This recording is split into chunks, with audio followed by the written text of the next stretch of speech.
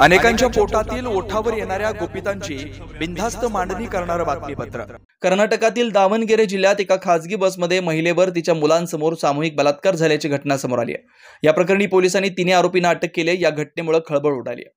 Police पुढील तपास करत आहेत। दावणगेरे येथील हरपनहल्ली येथील उच्चंगी दुर्गा मंदिरात दर्शन घेतल्यानंतर पीडित महिला आपल्या मुलांसह बसने घरी परतत असताना ही घटना घडली आहे।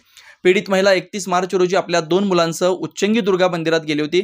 संध्याकाळी मंदिरापासून दावणगेरेला जाणारी शेवटची बस पकडली। बसमध्ये 7-8 प्रवासी होते। सर्व प्रवासी उतरल्यावर आरोपींनी महिलेवर बलात्कार केला। ड्रायव्हरने बस चन्नापूर जवळ एका निर्जन ठिकाणी नेली आणि पीडित महिलेच्या मुलांच्या तोंडात कापडाचा बोळा कोंबून हातपाय बांधले। मुलांचे हात बांधून त्यांच्या आईवर त्यांच्यासमोर सामूहिक बलात्कार केला। काही वेळाने शेतात काम करणाऱ्या शेतकऱ्यांनी येऊन महिलेला वाचवलं।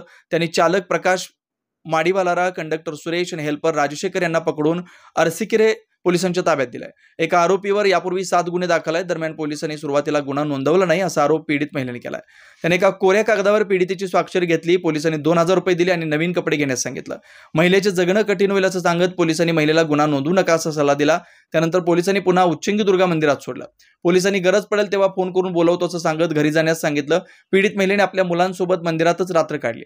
पोलिसांनी आरोपींना सोडून दिलं। काही दिवसांनी एक महिला आपल्या 2 मुलांसह अनेक दिवस मंदिरात राहत असल्याचं स्थानिक नेत्यांना समजलं, तेव्हा त्यांनी तिच्याशी संपर्क साधला। यानंतर नेत्याने विजयनगरचे एसपी श्रीहरी बाबू यांना घटनेची माहिती दिली।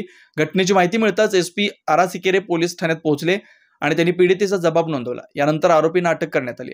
बेधडक निर्भीड बिनधास्त मांडणी करणारा खबऱ्या लाईव्ह।